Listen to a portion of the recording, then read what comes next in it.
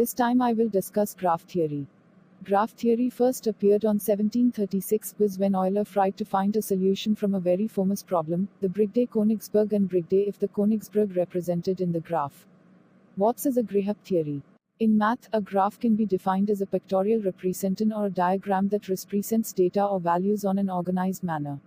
A graph G is a set of vertices called nodes V, which are connected by edges called link A. This G equals V A. Vertex node, a node V at an intersection point of a graph. It denotes a location such as a city, a road intersection, or a transport terminal.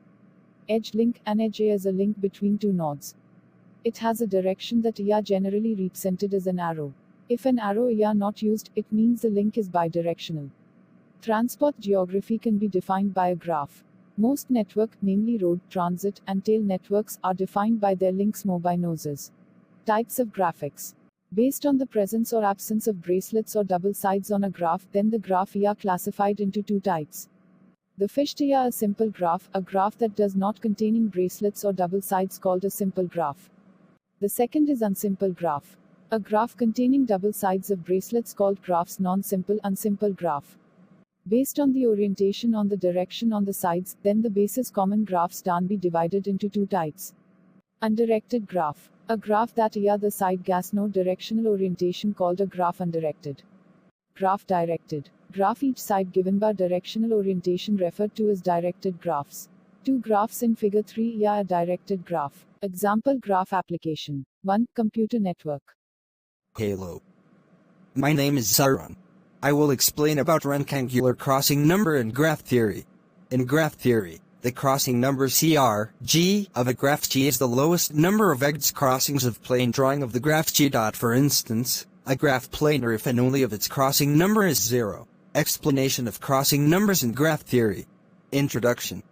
Historically, the study of crossing numbers has mostly been devoted to the computation of the crossing numbers of families of graphs. Given that still do not know the crossing numbers for basic graphs such as the complete graphs and complete bipartite graphs, this is perhaps not surprising. This theory has been used for computing crossing numbers of particular graphs, but GAS also promulgated open questions of its own. What is the right definition of a crossing number? A drawing of a graph G in the plane is a set of distinct points in the place, one for each vertex of G, and a collection of simple open arcs. One for each edge of the graph, such that if E is an edge of G with end of E and W. For instance, a graph is planar if and only if E crossing number is 0.